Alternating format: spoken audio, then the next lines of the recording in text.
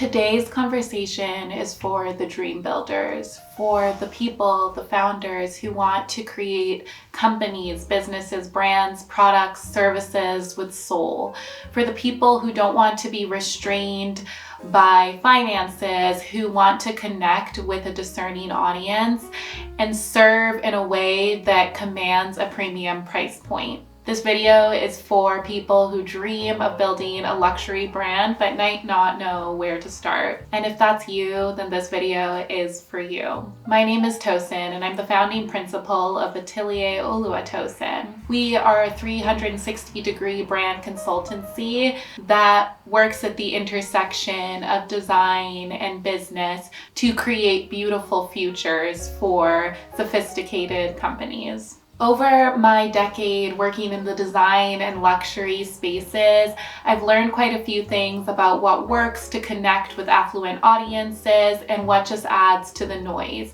And I've spoken with so many business leaders on what their challenges are, what's working, and being able to observe from the front lines. So in today's video, I'm going to walk you through foundational steps, the most recent insights from the field, and give you a bit of a behind the scenes look into how people are creating these perceptions. First, I'd like to start with redefining luxury in this new era. Here in 2025, we are completely oversaturated with marketing, with products, with drives for consumption, and it's getting noisier and noisier. So today's consumers are discerning, and ultra high net worth individuals and high net worth individuals are the main targets of a lot of this marketing. And so studies have shown, specifically a study by Bain & Company, that a lot of ultra high net worth individuals, and I would say that this is true across all consumer classes, according to my personal research and observations, are driving their spending into experiences rather than materialistic products. Now, this is great news, of course, for service providers, for those who are working in the hospitality space, maybe fine dining, but for people who are building product-based businesses, a lot of brands are asking themselves where this leaves them. I absolutely don't think that this is a threat to that market in the way that it might seem on the surface, because people are always going to want and need products, right? It's what makes the world go round. And although this may be a heyday for service providers, and if that's you, this is great news as well, because it means that you just need to continue to pour into the experience. Products can also become what I like to think of as a souvenir of the memories and experiences that you're providing.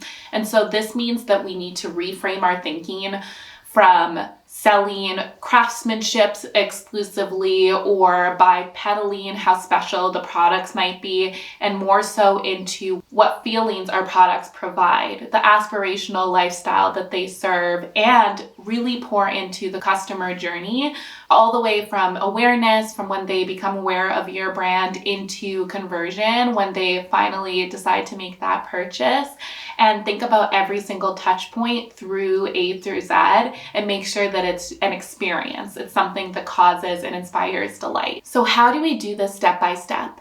Every single branding exercise, and especially one in the luxury market, I like to distill into two very simple things. Who are you speaking to, and how would you like to make them feel?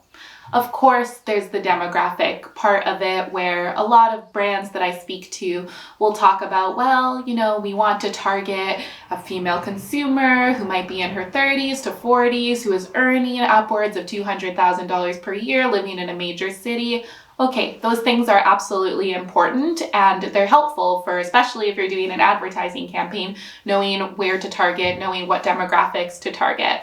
But I do think that demographics can be quite limiting, and I have a lot of content on exactly where that line can and should be drawn. And I think that it's so much more fruitful to focus on psychographics. People might have all sorts of different demographic backgrounds, but there'll be commonalities that'll have them associate with, relate to, and feel drawn to your brand.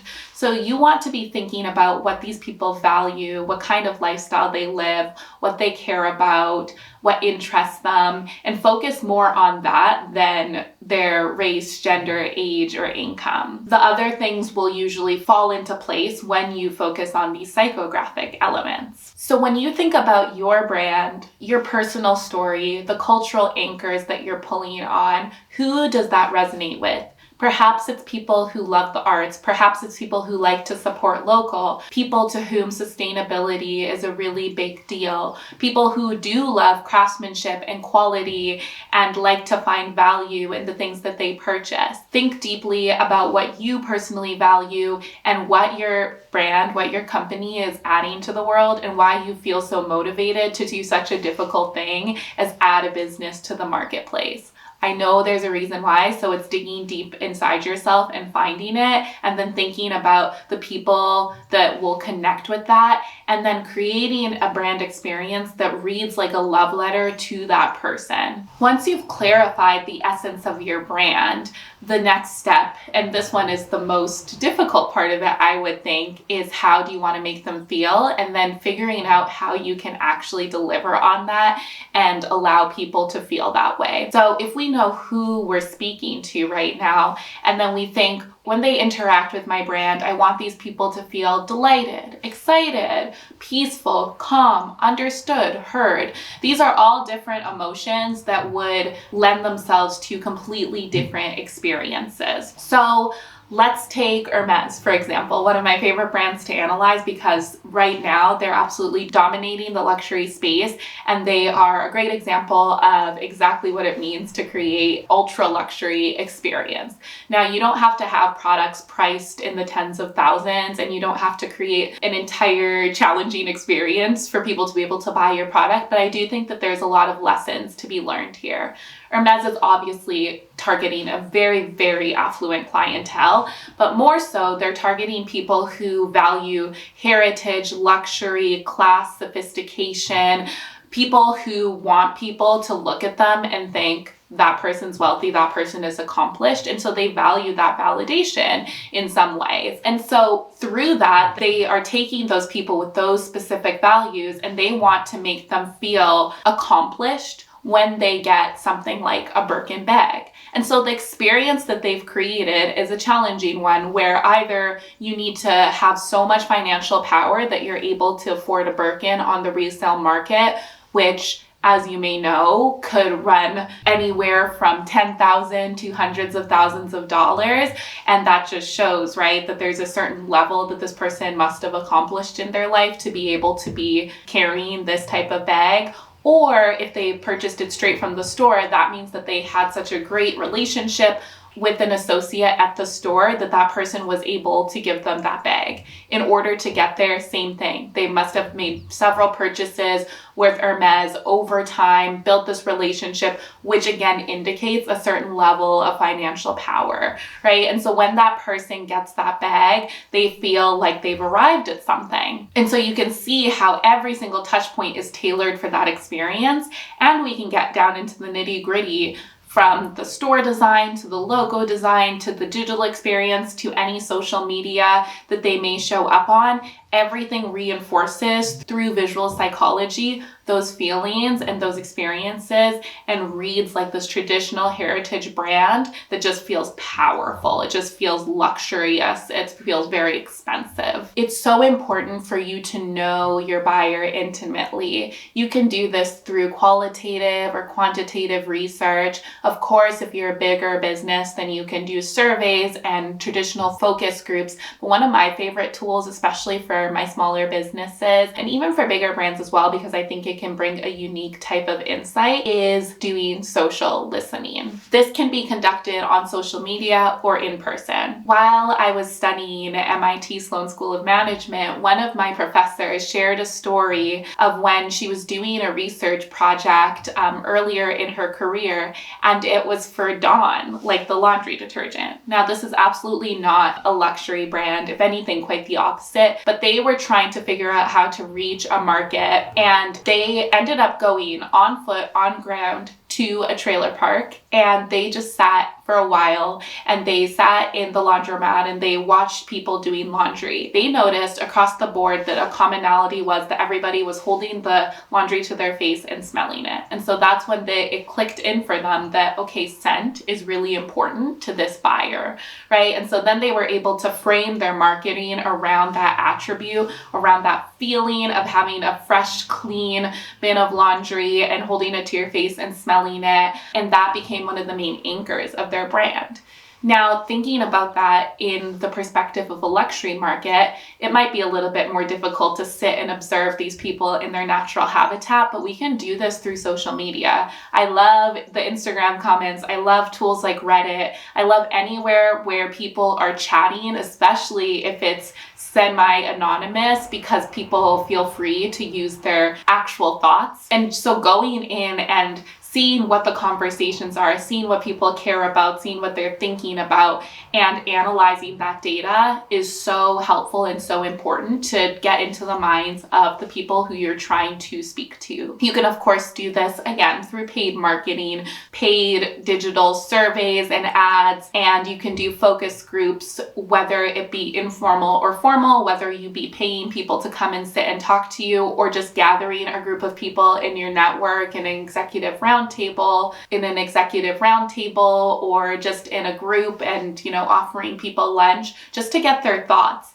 And in a situation like this, the questions that you're asking should not be, would you buy this or this questions only, but more so getting behind what they care about. Like the last time you purchased something that was over $1,000, what was the story that led to that, so that you can peel back the layers and figure out what those real emotional drivers are.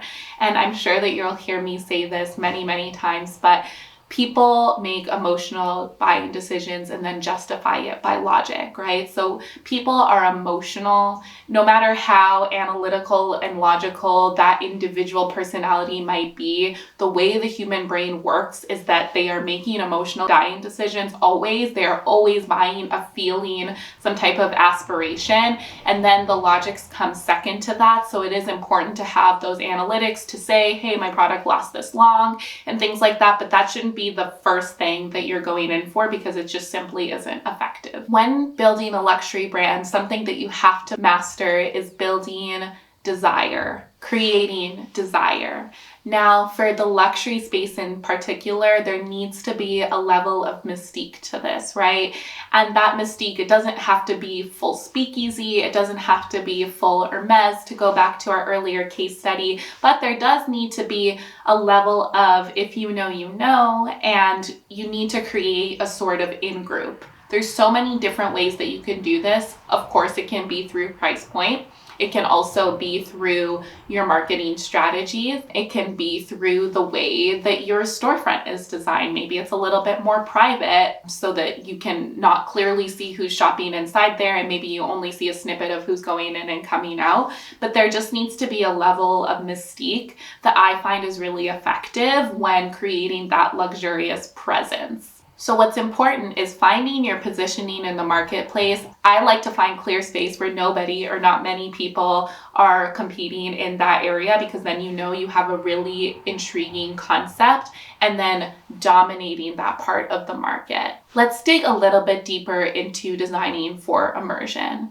So when I think about this, I'm always thinking about the customer journey all the way from awareness into conversion, and then hopefully advocacy after. So think about your entire customer journey. So if you were to be putting content out on social media, on Instagram, for example, and then maybe boosting them by ads to help get some more eyes on them, that's just the first touch point. And then they might be seeing those ads over and over and over again. So then you need to make sure that those ads are optimized for that buyer's psychographic and the feeling that you're trying to create.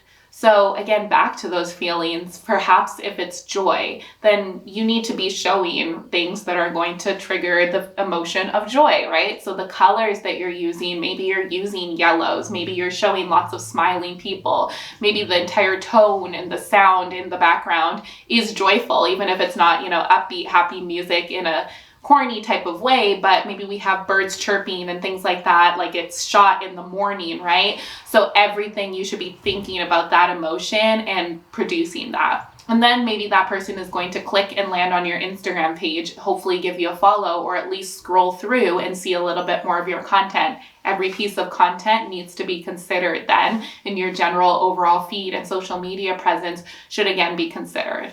And then they click into your website, they land on your website. What's the navigation like? What's the user interface like? What's the content that they're seeing on there?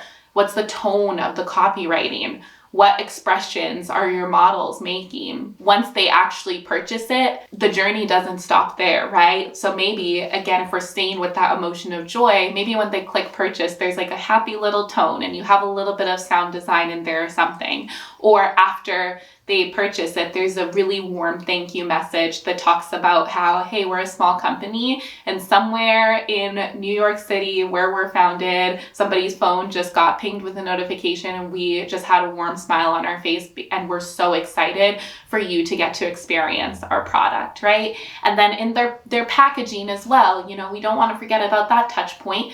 I know that it can get expensive, especially for a smaller business, but just being very intentional about the experience and thinking about when they open that box, what the first thing they're going to see there is there a little thank you note that's either personalized or automated? How does it feel when the box opens? Is there a small ribbon that they get to untie to slow down that opening experience? These are all the things that if you're a brand that's at a lower price point, you could probably skimp on some of these details and be a little bit more utilitarian, but that's what differentiates luxury brands and that's what people expect. And that's how we start creating that experience, even if it's not going to eat at a restaurant or staying in a hotel, right? And then after that, still too, maybe there's some post-purchase message that people get that you automate where you ask them not just to leave a review for your own sake, but it feels like a personalized message, which now in this day and age of artificial intelligence, you could really personalize a message, even if it's automated, and put in their names and maybe put in even what they order and just be like, how was it? Like, how was your experience? If you enjoyed it, here's a place to leave a review. But if there's any trouble at all, please reply to this email and reach out to us, and then actually having your customer service be on point enough to be able to solve that problem for people. So going into all the way, and then after that point, hopefully they become brand advocates, right? Hopefully they've had a really great experience where they're retained, they're able to purchase again and again, and they would share with other people about your brand. And there should also be ways for them to re-engage, right? So whether that be as simple as there's an Instagram account that's active for them to be able to follow and be part of a community where you're not always just peddling your products and, just putting up product photos, but there's ways in which they can engage. You have stories on there, maybe stories of making, the stories behind your business, the behind the scenes of the different team members, or the artisans that are bringing the products to life. These are just some ideas to think about how people could engage with your company and start becoming advocates of the brand, whether or not they are ready to purchase at that point in time. When it comes to marketing, I think that the key thing that I want you to take away is that it should be high touch. We should be marketing with intentionality and not necessarily with just volume. As you grow, you can have both, where when you have millions of dollars to spend on ads, you can get that volume and also get that high touch experience. But especially at the beginning or middle stages of building your luxury brand, I want you to think about high touch experiences. So I'm thinking in-person pop-ups, I'm thinking events, I'm thinking dinners, I'm thinking seeding your product with influencers and with celebrities in their fields and industry. I'm thinking about high touch ways in which you can really deeply connect with people and have them feel really excited about your service and product. So here in 2025, we are in a tough market. The cost of customer acquisition has skyrocketed and is even up to the thousands for some different types of buyer markets. And retention is at an all-time low. But through strategic branding and marketing, you can retain up to 89% of your clients, is what the studies say. And you can begin to convert at a higher level, which will reduce your advertising spend and reduce the amount of friction. So it's all about just being very strategic about the exact experience that you're trying to create for your customer and being very thoughtful about every single touch point to be able to survive in a difficult luxury market. Price resistance is going up. The economy, the global economy is in a tough place. So you really need to make it worth it for people to buy into your brand, especially if you're a newer one, and inspire them to be able to take a risk on you and reward them for doing so. This is about having people understand and see the value that you are going to bring them. It's about creating delight or peace or some type of aspirational and positive emotion, not just through a pretty materialistic item, but through the entire experience that you create before, during, and after a purchase. This is about creating, again, souvenirs for the memories and experiences that you bring to your buyer. Building a luxury brand in today's day and age isn't just about chasing a trend. It's about driving culture, being at the forefront of experience making, and having a point of view. So if you are building a luxury brand, my parting advice to you is to take your time. Be intentional. Create something that people want to be a part of. Luxury, when it's at its best, is not just a high price point business model. It's a movement for creating beauty. Thank you for watching, and if this resonated with you, I invite you to subscribe here on YouTube and join the conversation in the comments. Again, my name is Tosin, and my goal is to create content that inspires and educates. I hope that you have a beautiful rest of your day.